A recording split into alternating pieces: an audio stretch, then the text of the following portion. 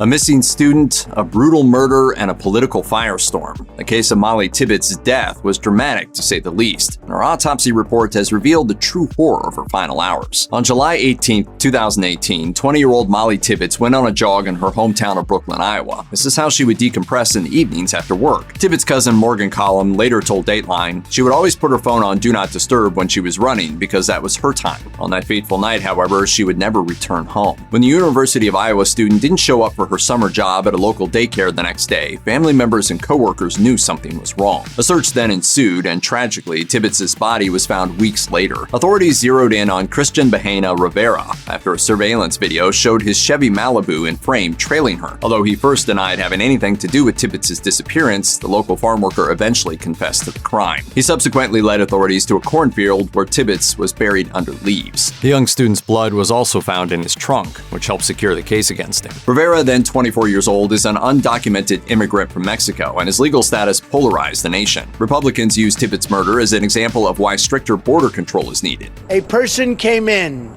from Mexico illegally and killed her. Others, including Tibbetts' parents, believe her name was being used as fodder to support a cause that neither she nor they believed in. But the controversy behind Rivera's background made no difference in the horrifying facts of Tibbetts' death. Tibbetts was jogging when Rivera, who was in his Chevy Malibu, pulled up beside her. When he was interviewed by authorities, Rivera admitted to being attracted to Tibbetts. Although she apparently smiled at him, she did not realize that he was following her. Rivera then got out of his vehicle and chased her on foot. When Tibbetts said she was calling the police, Rivera claimed he became angry, insisting he wasn't sure what exactly occurred in the moments that followed. The next thing he knew, he was in his car driving when he remembered that he had Tibbetts' body in his trunk. That's when he drove to a desolate cornfield and dumped her body. Tibbetts' autopsy found 9 to 12 stab wounds on her body, including 6 to the torso and 1 to the right hand. There was also an injury to her neck and 1 stab wound to her skull that could possibly have caused her death. The medical examiner theorized that she suffered the wound on her hand as she defended herself against Rivera. All of Tibbetts' wounds seemed to be consistent with a single-edged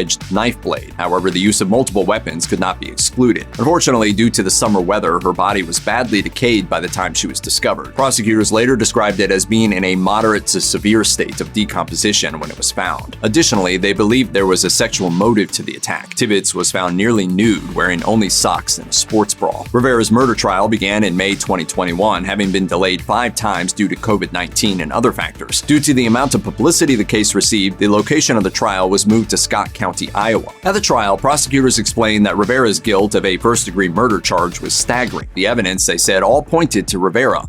In May 2021, Rivera was convicted. The following August, he was sentenced to life in prison without the possibility of parole. As Iowa doesn't have the death penalty, this was the mandatory sentence for his conviction of first-degree murder. Rivera was also ordered to pay Tibbetts' family $150,000. At his sentencing, a statement written by Tibbetts' mother, Laura Calderwood, was read to Rivera. Because of your act, Mollie's father, Rob, will never get to walk his only daughter down the aisle. Prior to his sentencing, Rivera's legal team had been hoping he would be granted a new trial after an incarcerated felon insisted that a fellow inmate had confessed to Tibbetts' murder. The inmate claimed that Tibbetts' murder was, quote, a sex trafficking case gone wrong and that Rivera had been framed. Ultimately, Rivera was denied a new trial as this new evidence was deemed not credible.